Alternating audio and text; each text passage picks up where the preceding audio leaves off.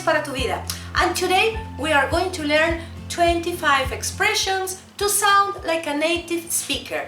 Besides that, these expressions are very useful in our daily routine.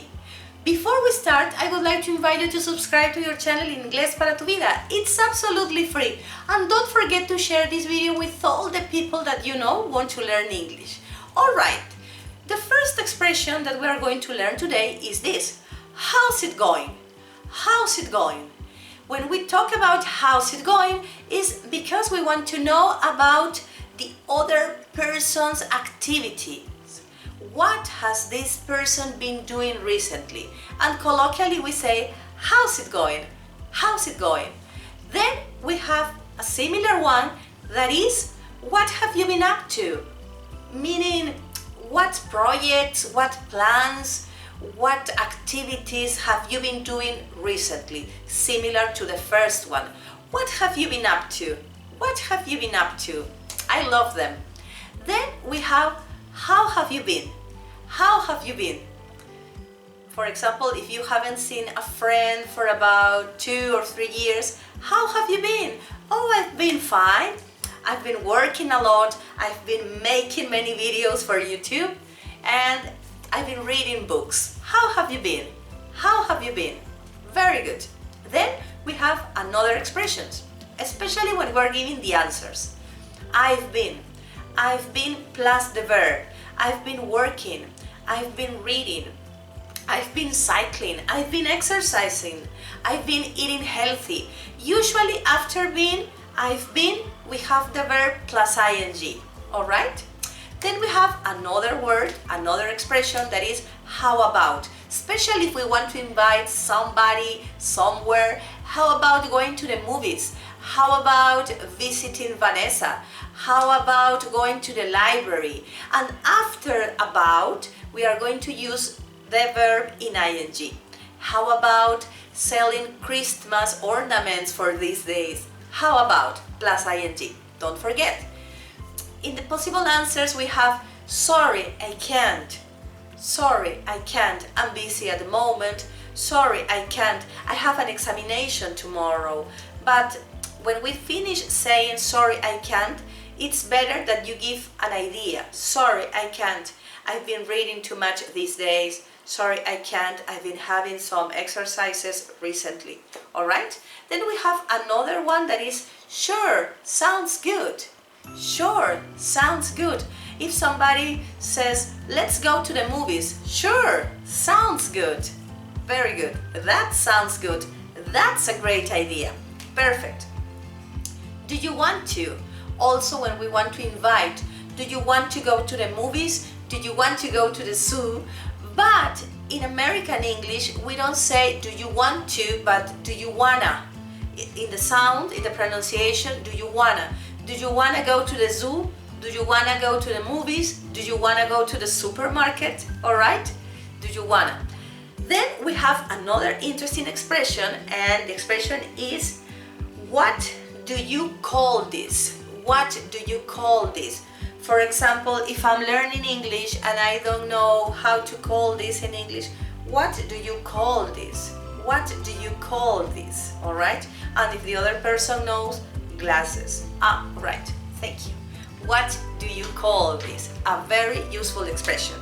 We have another one that is how do I get to, and then we talk about their location. How do I get to the station? How do I get to the airport? How do I get to the supermarket? So I really don't know the instructions. Perhaps I'm new in the town and I don't know how to get to that point, right? How do I get to? How do I get to the museum? How do I get to the bank? Very good. Another useful expression that we have is this. I have to. And then we put the verb. I have to study. I have to work. I have to read. I have to go shopping, alright? After to, we use the verb in infinitive, right? I have to plus the verb in infinitive, alright? Another useful question, when are we leaving? When are we leaving? Perhaps you are at the airport and you don't know when does your airplane, leave, so you can say when are we leaving? When are we? Okay, let's suppose that you are going to buy something, so you can say, can I have the item, please? Can I have a banana, please? Can I have 2 apples, please? Can I have an orange, please? Alright, so we have can I have, and then the item or the product, please. Can I have a glass of water, please? Also is possible. What else? We have other expression, have a nice evening. Have a nice evening. When we use have a nice evening, perhaps we are at work and we're saying goodbye to our colleagues. So we can say have a nice evening. Have a nice evening. Some people say good night, but good night is when we are in the same house perhaps and I'm going to sleep. So good night, I'm going to sleep. But in this case, when we're saying bye to our classmates or any other person, we can say just have a nice evening. Have a nice evening. Another useful expression is this, have a good one. Have a good one. It means have a good day. Have a good day. Have a good one. Have a good one. Excellent expression, and it's very, very colloquial.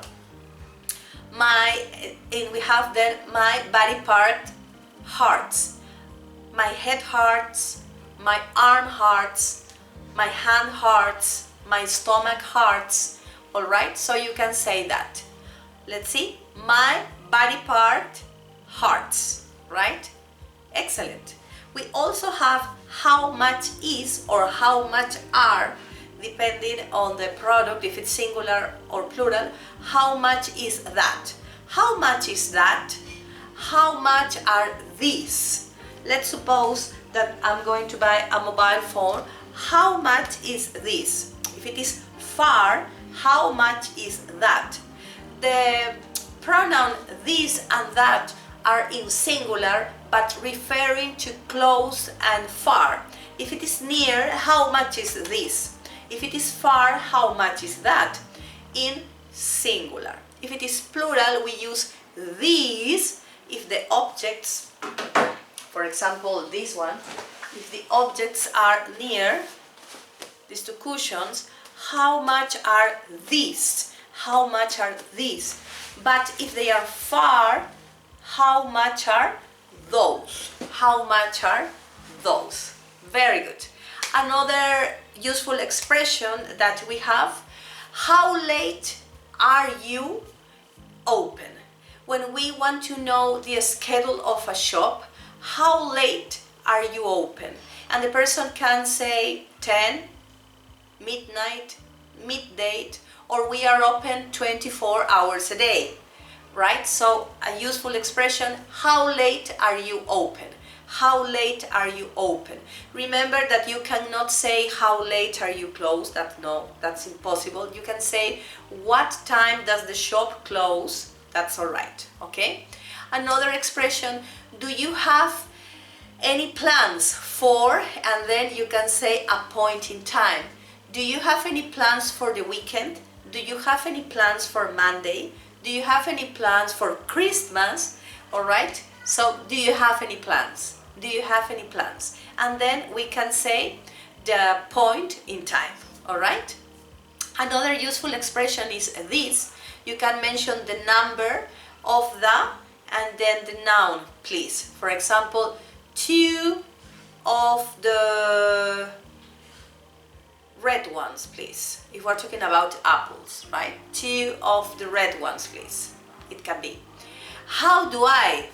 And then we have the verb. How do I turn on the television? How do I turn off the mobile phone? How do I start the car? All right? How do I?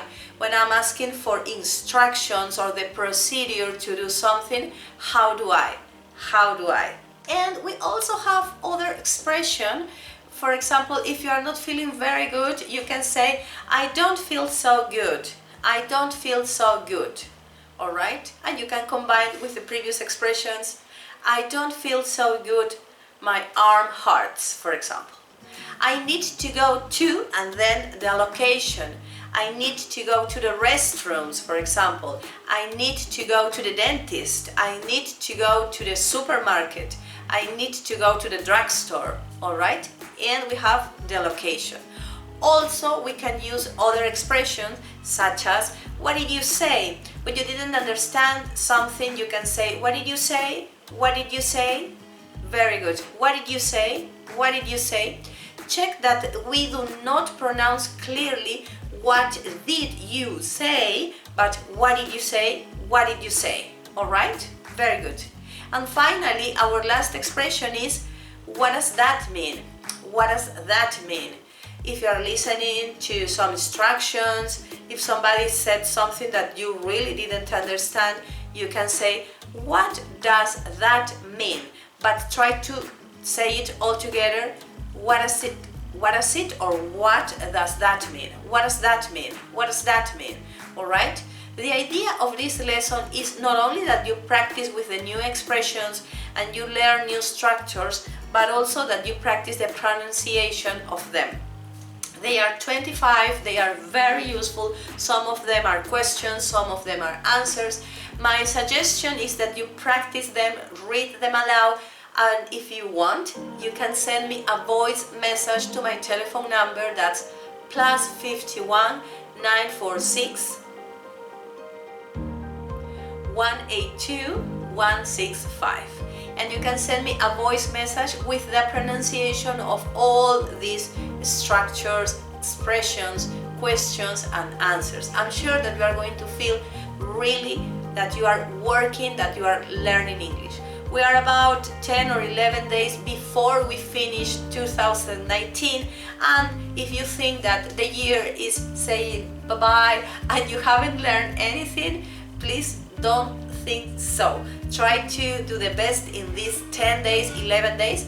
I'm going to present a video. I'm presenting a video daily so that you have every day your class, your English class, and personalized. I'm giving you my mobile phone where you can send me your voice messages using this wonderful tool that is WhatsApp, and you can repeat the sentences, the questions, and we can have a short interaction. So thank you so much for your attention. Don't forget to share this video with all the people that you know want to learn English. Subscribe please, and share this video so that the family that is Inglés para tu vida will grow every day. Bye! Have a beautiful day! Thank you so much!